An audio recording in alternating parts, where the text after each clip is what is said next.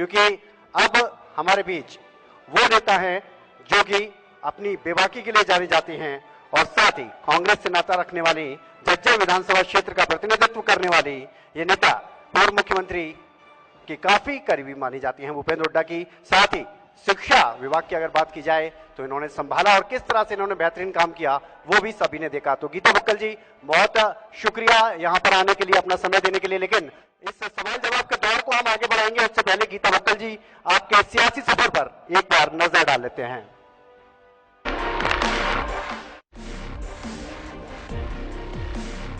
गीता भुक्कल हरियाणा की राजनीति का एक बड़ा नाम है। कांग्रेस की वरिष्ठ नेता हैं और झज्जर विधानसभा क्षेत्र का हरियाणा विधानसभा में नेतृत्व करती हैं। हरियाणा के पूर्व मुख्यमंत्री भूपेंद्र सिंह हुड्डा की करीबी मानी जाती है। हुड्डा सरकार में कैबिनेट मंत्री रही। शिक्षा, स्वास्थ्य, महिला एवं बाल विकास समेत कई महत्वपूर्ण विभाग इन्होंने संभाले। गीता भुक्कल महिलाओं और समाज के अन्य कमजोर वर्गों के कल्याण के लिए बढ़ चढ़कर काम करती हैं। साथ ही प्रदेश की शिक्षा प्रणाली में सुधार के लिए भी इन्होंने गंभीरता से काम किया। वर्तमान में गीता भुक्कल विपक्षी पार्टी कांग्रेस की बुलंद आवाज है। मजबूती के साथ जनहित के मुद्दों को समय समय पर विधानसभा में उठाती हैं और सरकार को हर मोर्चे पर अलर्ट करने का काम करती हैं।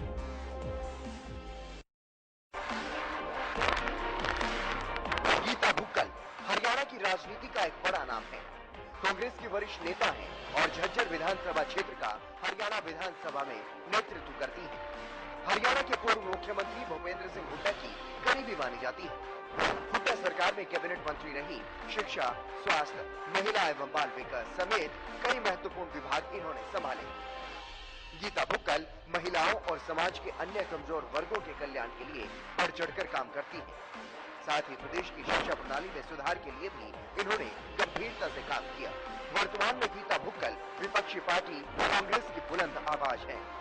मजबूती के साथ जनहित के मुद्दों को समय समय पर विधानसभा में उठाती हैं और सरकार को हर मोर्चे पर अलर्ट करने का काम करती हैं।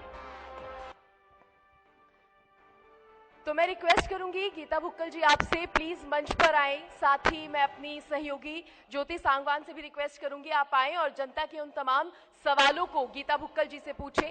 और इस बीच आपको बताना चाहते हैं कि कैप्टन अभिमन्यु जी भी हमारे बीच में मौजूद हैं। जोरदार तालियों से उनका स्वागत करेंगे। तो कैप्टन साहब, शुक्रिया आपका आने के लिए यहाँ पर। इसके अलावा अगला जो सेशन है उसको आगे बढ़ाती नजर आएंगी मेरी सहयोगी ज्योति सांगवान गीता भुक्कल जी के साथ। Over to you. तो एक बार फिर से तालियों के साथ स्वागत करेंगे हरियाणा कांग्रेस की वरिष्ठ नेता,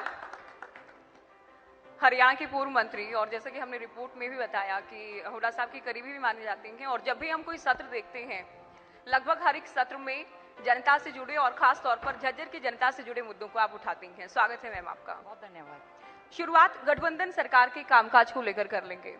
अब तक का जो कार्यकाल है, अगर ईमानदारी से आप बताएं किस तरह से आप देख रहे हैं, केवल आलोचना के लिए आलोचना नहीं। देखिए, ये जो सरकार भारतीय जनता पार्टी की जब जिस समय चुनाव हुए अकेले मैदान में उतरी थी और 75 पार का नारा देने वाली सरकार स्वयं इतना नहीं जुटा पाई। जजपा ने जो कि इनके खिलाफ वोट मांगा और पोस्ट अलायंस करके सरकार की हिस्सेदारी की।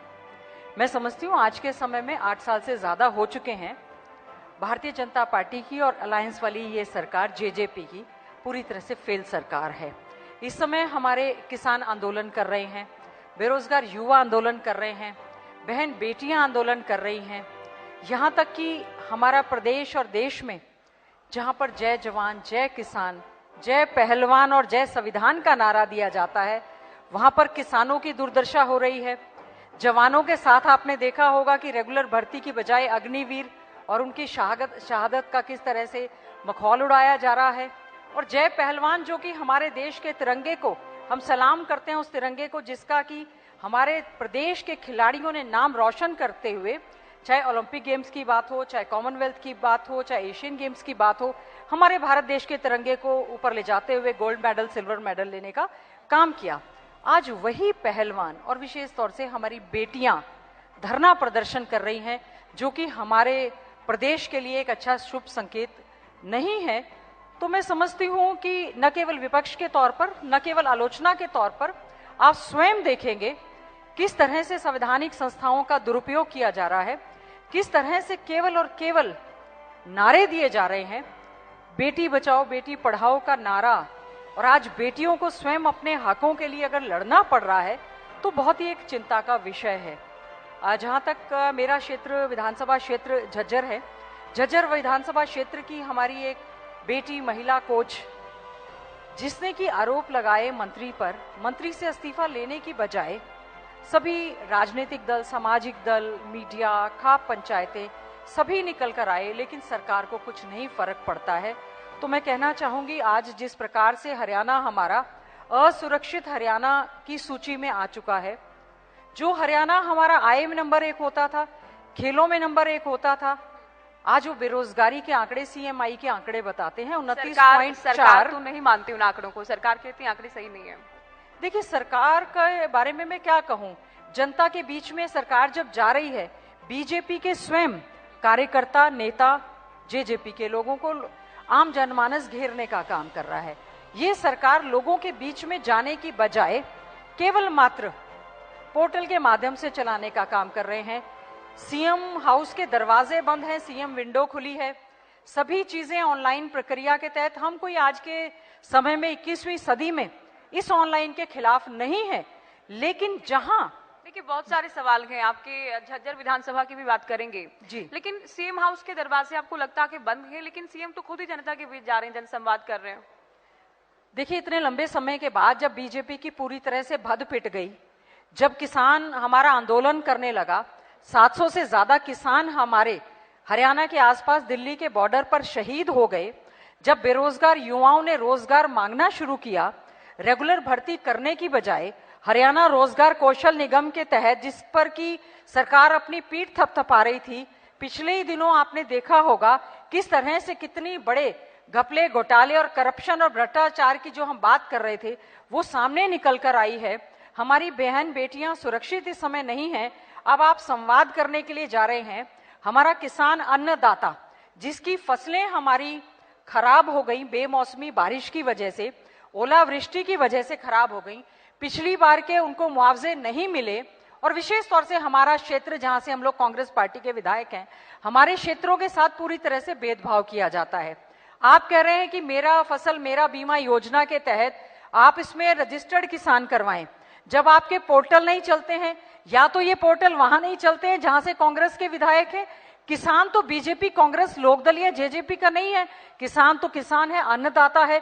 और फिर उसके बाद जब हम लोग ये कहते हैं कि किसानों की फसल इस बार, चाहे वो हमारी गेहूं की फसल है, चाहे हमारी सरसों की फसल है, तैयार खड़ी फसल पूरी तरह से बर्बाद हो गई। क्षतिपूर्ति पोर्टल कह दिया गया, क्षतिपूर्ति पोर्टल चला नहीं। हमने बार बार कहा कि मैनुअल गिरदावरी होनी चाहिए। हमारे प्रदेश के माननीय मुख्यमंत्री मनोहर लाल खट्टर जी अब संवाद करने निकले हैं, क्योंकि उनको पता है आज प्रदेश में हालात खराब हो चुके हैं। आपने पहले ही उत्तर में कह दिया गीता जी कि हालात बहुत खराब हैं। अभी यहाँ एक प्रति आप देख रहे हैं पेपर की, ये एक चेक है, ये केवल 2 रुपए का जी, क्योंकि आपने मुआवजे का जिक्र किया है ना जी जी। और ये अभी जवाहर यादव हमारे साथ थे जी, वो रख कर गए। उन्होंने कहा हुड्डा साहब अगर आए या कांग्रेस के नेता आते हैं और मुआवजे को लेकर अगर पूछें तो उनको ये दिखाएं कि टेकचंद के नाम पर 3 रुपए का चेक दिया गया जी, है ना। और सत्यनारायण है, ये दोनों बेरी तो आपके जिले में, हालांकि आपकी विधानसभा सीट के झज्जर जिले का बेरी हल्का है, वहां 2 रुपए का दिया गया सत्यनारायण को। हालांकि सरकार ही कहती है ठीक है। इसके अलावा मुआवजे को लेकर सरकार कहती है कि अब तक का सबसे अधिक मुआवजा हमने दिया है। देखिए, जिन्होंने प्रधानमंत्री फसल बीमा योजना करवाई है वो भी ठीक है, उनको भी दे रहे हैं, और जिन्होंने नहीं करवाया उनको भी मुआवजा दिया जा रहा है, सरकार का दावा। देखिए, ऐसा है, एक तो बीजेपी पार्टी, दूसरा उनके झूठ बोलते हुए ओएसडी, तीसरा ये दिखता हुआ चेक, 2 या 3 रुपए के चेक वो दिखा तो रहे हैं। हमारे यहाँ पर हालात ये हैं कि पिछली बार जो गिरदावरी हुई, आज तक मुआवजा नहीं मिला है। आप जाकर अपने चैनल के माध्यम से इस चीज की जांच करें। अभी भी जो क्षतिपूर्ति पोर्टल, वैसे भी क्षतिपूर्ति के तो कई किसानों को हमारे सब्जेक्ट के स्पेलिंग भी नहीं आते। सारे के सारे अफसर जो हैं वो अपने ऑफिसेस में बैठे हैं, वो फील्ड में जा नहीं रहे हैं। विपक्ष केवल फील्ड में जा रही है। हम लोगों ने खेतों का मुआयना किया है। जो हमारी सरसों की फसल कटी हुई पड़ी हुई थी या फसल पककर तैयार पड़ी थी, हमारे लोगों की कोई स्पेशल गिरदावरी नहीं हुई। डीसी से लेकर तहसील, एसडीएम से लेकर तहसीलदार से लेकर पटवारी तक आए। आप पूछें जवाहर यादव जी से, आप ये पूछें कि झज्जर में कितना मुआवजा दिया है, आप उनसे पूछें झज्जर के क्षतिपूर्ति पोर्टल पर कितने लोगों ने आकर, क्योंकि उनकी तो साइट ही नहीं चलती है। और हमारे क्षेत्रों में तो जल भराव जो पिछले साल हुआ था, 1 रुपया भी नहीं दिया है। मैं दावे के साथ और प्रूफ के साथ कह सकती हूं, चाहे वो देखिए किसान हमारा अन्नदाता, बहुत सारी चीजें मैडम जो कि फसलों के साथ साथ 2 रुपए और 3 रुपए दिए गए थे आपकी सरकार के हमारे इस समय तो 1 रुपया भी नहीं दे रहे हैं वो मुआवजे के लिए। देखिए जो किसान धक्के खा रहा है, जा रहा है, आपके क्या बताएं, क्या पूरे प्रदेश में इस समय ई गवर्नेंस चल रही है? क्या सब कुछ पोर्टल के माध्यम से चल रहा है? क्या जो ग्रीवेंस कमेटी के लिए आपने नंबर दिए हैं, क्या वो चल रहे हैं? सारा का सारा आईटी सेक्टर इस पर काम कर रहा है। जब ये वेबसाइट चल ही नहीं रही है तो आप तो हमारे क्षेत्र में 1 रुपया भी नहीं दे रहे हैं। आप क्या बात करते हो? आप जाकर देखें झज्जर में क्या स्थिति है, आप जाकर देखें महेंद्रगढ़ रेवाड़ी की मैं बात सुन रही थी उनकी, आप जाकर देखें रोहतक में क्या स्थिति है। आप हमारे क्षेत्रों के साथ, हमारे किसानों के साथ, हम तो ये नहीं पूछते कि ये बीजेपी वाले की फसल आई है कि कांग्रेस वाले की। हमने, चाहे मातनहेल की अनाज मंडी है, चाहे झज्जर की अनाज मंडी है, हमारे नेता आदरणीय चौधरी भूपेंद्र सिंह हुड्डा जी अपने सभी साथियों के साथ सभी अनाज मंडियों का दौरा करके आए हैं।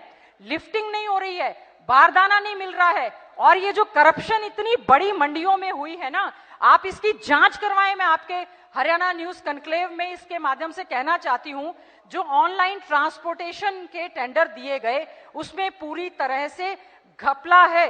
30% से, मेरे पास सारे आंकड़े हैं, 30 या 35% से ज्यादा गेहूं का उठान नहीं हुआ, 30% से ज्यादा इस समय सरसों का उठान नहीं हुआ, और कहीं कहीं जॉब हुई थी वो उनकी बिकी नहीं है। मंडियों में बेमौसमी बारिश कटने के बाद भी हुई है। आज आड़ती भी दुखी है, आज किसान भी दुखी है, और ये सरकार, क्योंकि मैंने शुरू में ही कहा जय जवान जय किसान का नारा देने वाली सरकार, आज तो जवान, किसान और पहलवान सभी लोग दुखी हैं। और किसानों के साथ तो 3 काले कृषि कानून आए, इतना ज्यादा देश और दुनिया में आंदोलन हुआ, प्रदेश की और देश की बदनामी हुई।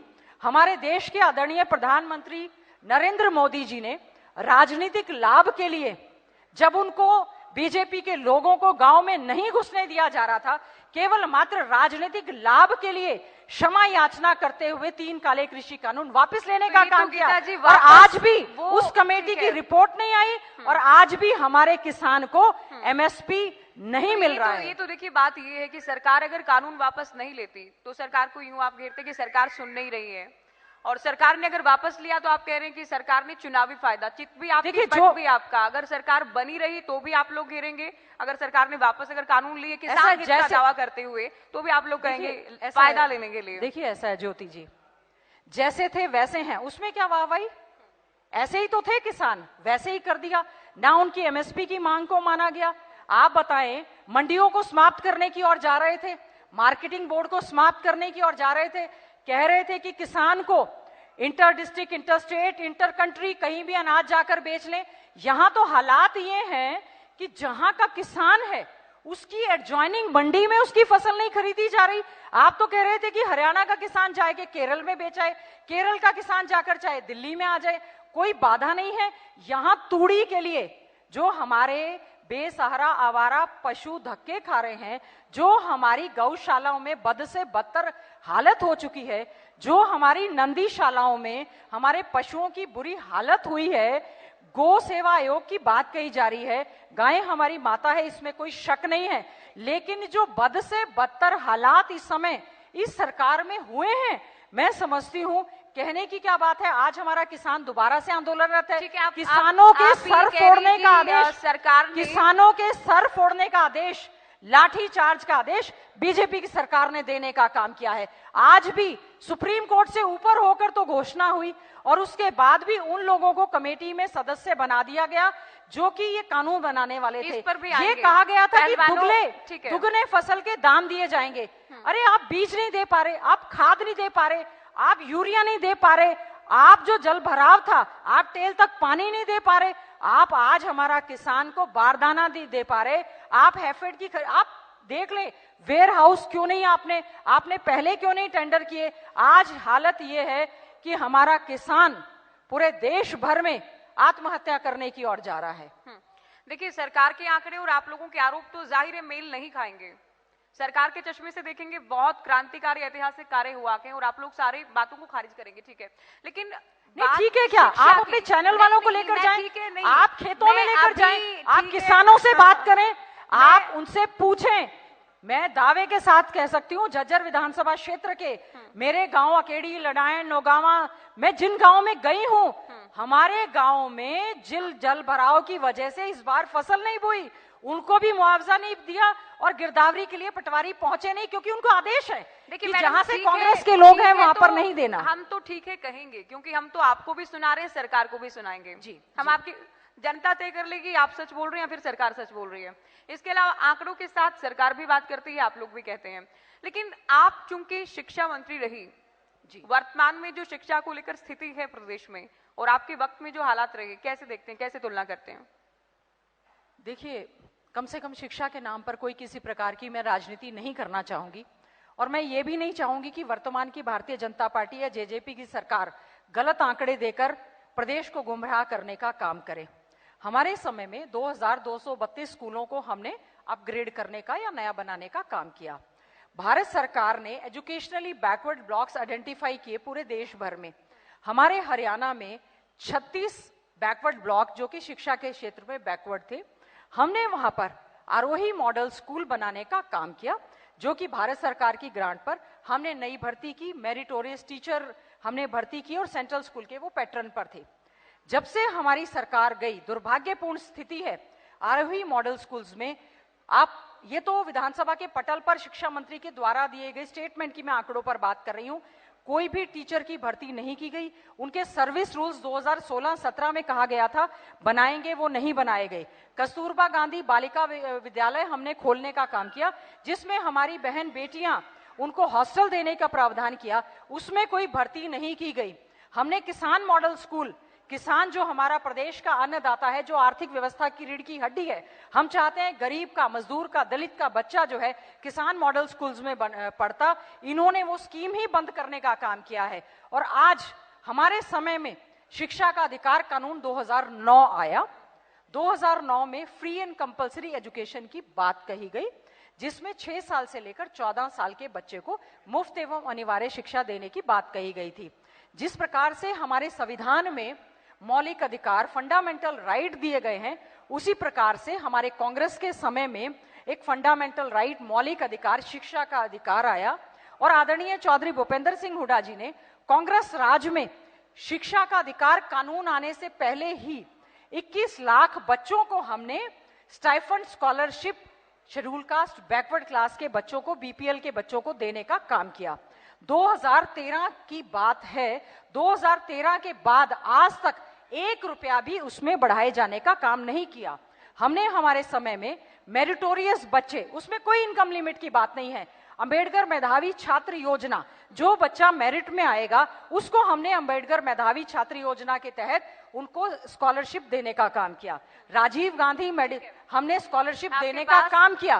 और आज मॉडल संस्कृति स्कूल जो कहे जा रहे हैं, मैं कहना चाहूंगी आपके पास अगर शिक्षा मंत्री जी आए आप जरूर पूछना, या उनके ऑथराइज्ड कोई व्यक्ति आएगा आप उनसे जरूर पूछना, एक नया स्कूल, मॉडल संस्कृति स्कूल हरियाणा सरकार ने नहीं बनाया है। एग्जिस्टिंग सीनियर सेकेंडरी स्कूलों का केवल नामकरण करने का काम किया है और उनको सीबीएसई से एफिलिएट कर दिया। हमारा हरियाणा का भिवानी बोर्ड बहुत अच्छा ढंग से एक्सेल काम कर रहा था, उसको बंद करने का काम किया जा रहा है। और आज ही अभी भिवानी बोर्ड में एक मीटिंग चल रही थी। ज्योति जी, मैं कहना चाहती हूं, एक अजीब सरकार आई है जो कि सरकारी स्कूल में अगर बच्चा कोई दाखला लेगा तो आप उससे 500 रुपए लेंगे, अगर प्राइवेट स्कूल में वो बच्चा जाएगा आप उसको 700 रुपए देंगे। और एक अभी नोटिफिकेशन निकला है कल परसों, आप देखना, अगर अपडेट होते ओएसडी साहब को तो वो भी बताते कि अगर हमारा सरकारी स्कूल का बच्चा एक स्कूल से दूसरे स्कूल में ट्रांसफर हो रहा है, 3000 रुपए उससे फीस ली जा रही है। आईपैड, लैपटॉप, टैब की बात करते हैं। कोरोना काल में जो अन्याय हुआ है बच्चों के साथ में, कॉपी किताबें उनको नहीं मिली। हमारे समय में जो एजुसेट शिक्षा हमने दी थी, अभी तो टैबलेट 5 लाख से ज्यादा तो बांटे गए मैम। देखिए जो टैबलेट, दूसरा सुनिए, चिराग योजना की जब आप बात करती हैं कि जो बच्चे प्राइवेट स्कूलों में पढ़ना चाहते हैं, जो अभिभावक गरीब हैं लेकिन उनकी इच्छा है कि हमारे बच्चे निजी स्कूलों में जाएं, सरकार उनकी हेल्प कर रही है।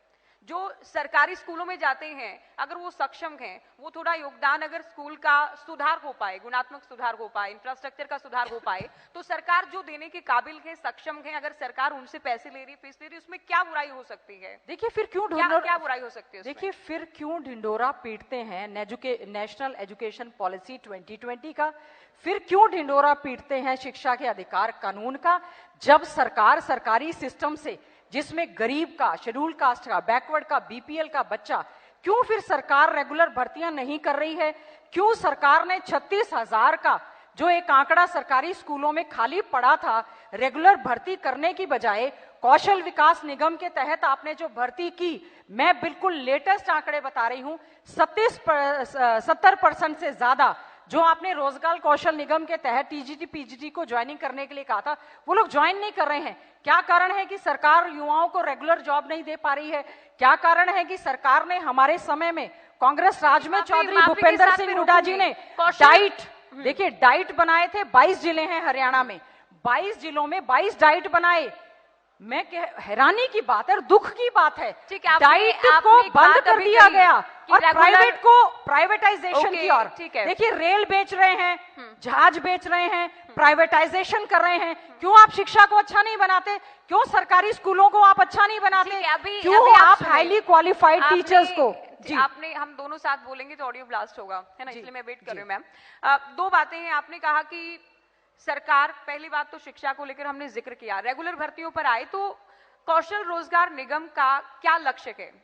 जब तक रेगुलर भर्तियां नहीं हो जाती तब तक सरकार कुछ युवाओं को जो काबिल है, सक्षम है, सरकार उनकी भर्तियां कर रही है, तो इसमें क्या आपत्ति हो सकती है? और दूसरा, जब आप रेगुलर भर्तियों पर भी आती हैं, सरकारी नौकरी पर भी आती हैं, तो हरियाणा गठन के बाद सर्वाधिक नौकरियां मनोहर सरकार में दी गई हैं। उससे पहले हुड्डा साहब के नाम ये रिकॉर्ड था, अब मनोहर सरकार में है ये रिकॉर्ड। 1 लाख से अधिक नौकरियां एचपीएससी के माध्यम से, एचएसएससी के माध्यम से। तो ये दोनों बातों का जवाब दीजिए। देखिए आप ध्यान से सुनना, 1 लाख से ज्यादा केवल मात्र हमने, चाहे जेबीटी, चाहे टीजीटी, चाहे पीजीटी, चाहे प्रिंसिपल, चाहे प्रोफेसर, 1 लाख से ज्यादा हमने स्कूल एजुकेशन में, टोटल एजुकेशन डिपार्टमेंट में हमने भर्तियां करने का काम किया। क्या कारण है कि सरकार को स्टाफ सिलेक्शन कमीशन पर भरोसा नहीं है? क्या कारण है हरियाणा पब्लिक सर्विस कमीशन पर भरोसा नहीं है? क्योंकि अटैची और आपने कहा ना, पर्ची खर्ची और अटैची के साथ एचपीएससी में पाए जाते हैं। क्या कारण है कौशल विकास निगम के तहत आप भर्ती कर रहे हैं, आईएएस ऑफिसर्स के नाम आ गए हैं, घोटाले घपले उसमें हो गए हैं। शिक्षा विभाग की 2019 की भर्ती जो एडवर्टीजमेंट थी, 4 बार उसको रिवाइज करके आप कॉरिजेंडम इशू कर चुके हैं। क्यों आप राजनीति कर रहे हैं शिक्षा के साथ? क्यों शिक्षा के मंदिरों को आप अच्छे ढंग से खोलने की बजाय रैशनलाइजेशन के नाम पर ताले लगाने जा रहे हैं? क्यों आपने ये कहा 4000 प्लेवे स्कूल हम खोलेंगे, कि आप हिंदी में बोलते हैं कि जी बाल वाटिका खोली जा रही है। 4000 बाल वाटिका प्लेवे स्कूल की घोषणा माननीय मुख्यमंत्री जी कर रहे हैं, एक सिंगल टीचर आप उसमें भर्ती नहीं कर रहे हैं। आप कह रहे हैं कि हमारी आंगनवाड़ी वर्कर पढ़ाएंगी, जिनका काम पोषण का है, जिनका काम बच्चों की, लैक्टेटिंग मदर्स की पोषण का काम है, वो बच्चों को कैसे पढ़ाएंगी?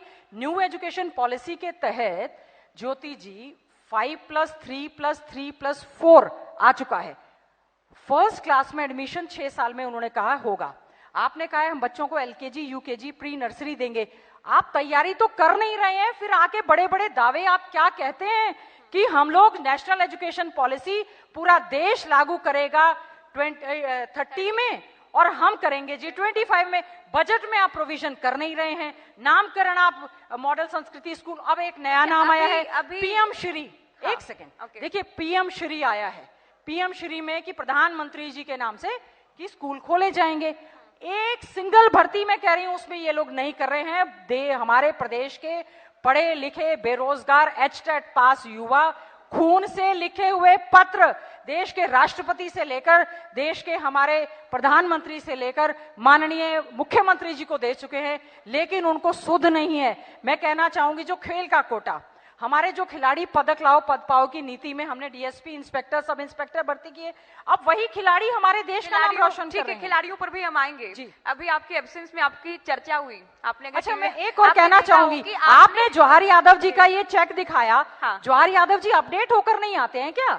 महेंद्रगढ़ में सेंट्रल यूनिवर्सिटी खोलने का काम कांग्रेस राज में चौधरी भूपेंद्र सिंह हुड्डा जी ने किया।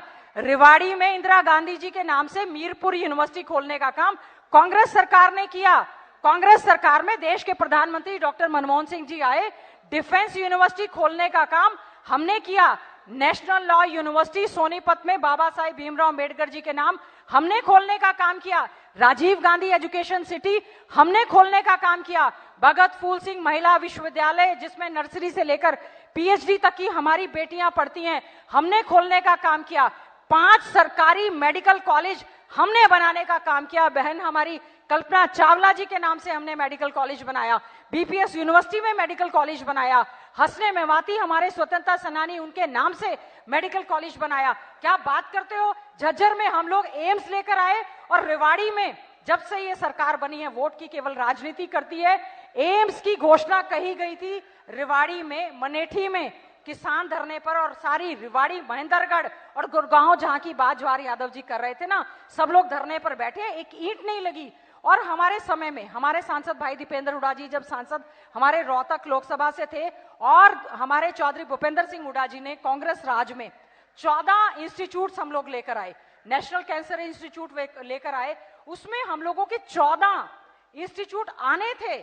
आईआईटी का एक्सटेंशन सेंटर आना था, आज तक वो शुरू नहीं हुआ।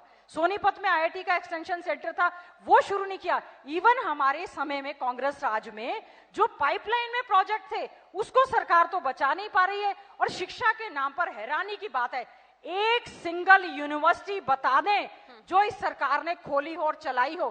कोरोना की आड़ में मैं कहना चाहूंगी, कोरोना इस समय फिर से इस समय आ रहा है। क्या बात है, सारे के सारे हॉस्पिटल हमारे खाली पड़े हैं।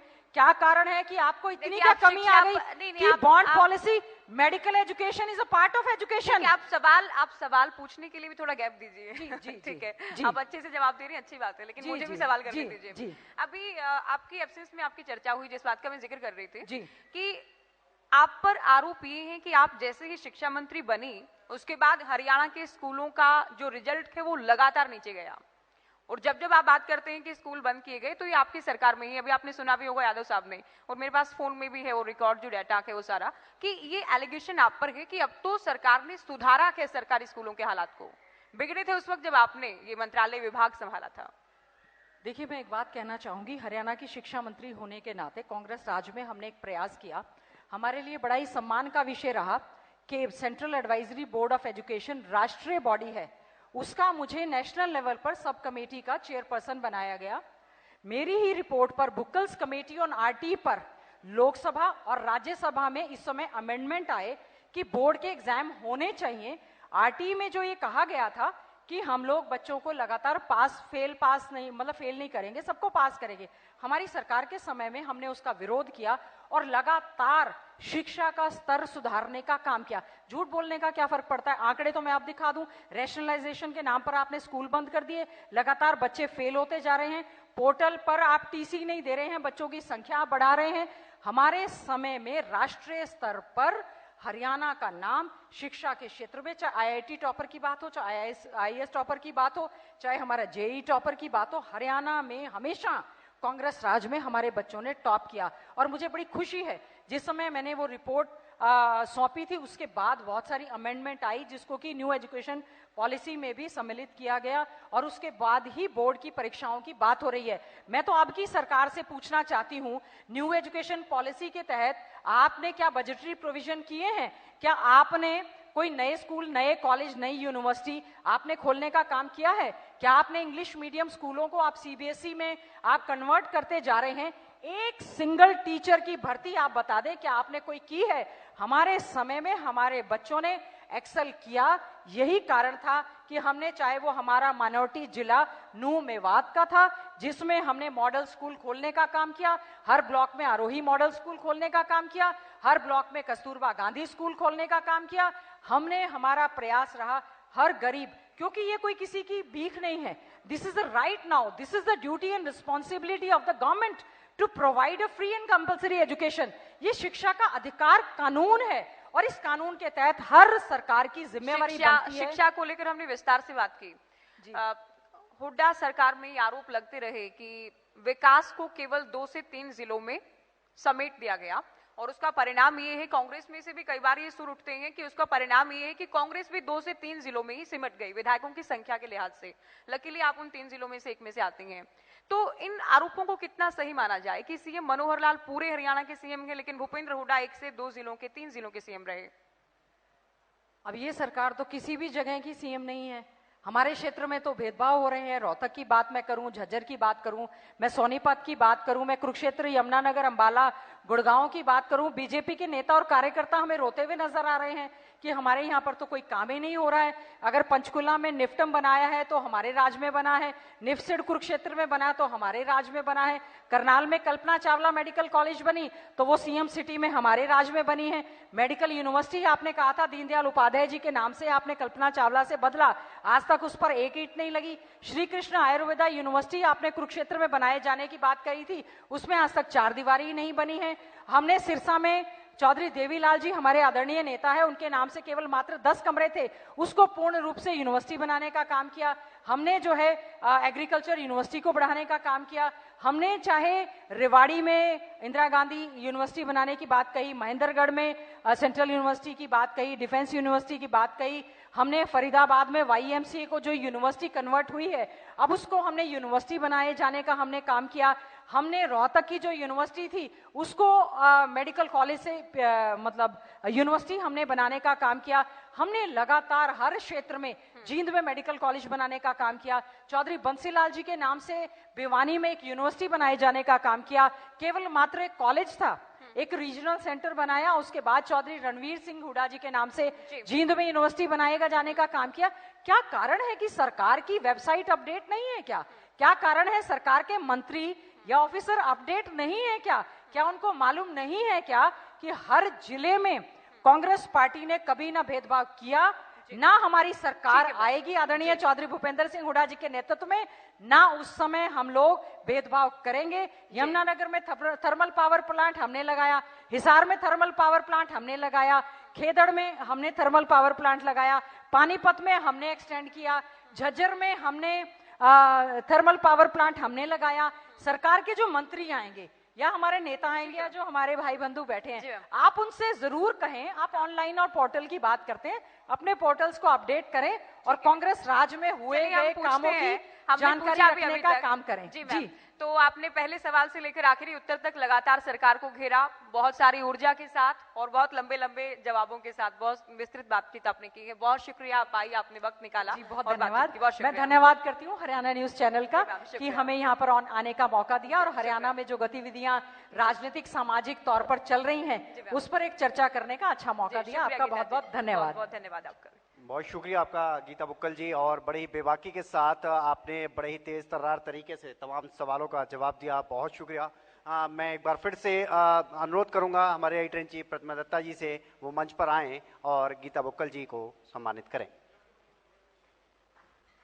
जोरदार तालियों के साथ इस बेहतरीन सेशन के लिए एक जोरदार तालियां हो जाएं और ये सवाल जवाब का दौर बड़े ही तेजी से और बड़े ही बेहतरीन तरीके से आगे बढ़ रहा है।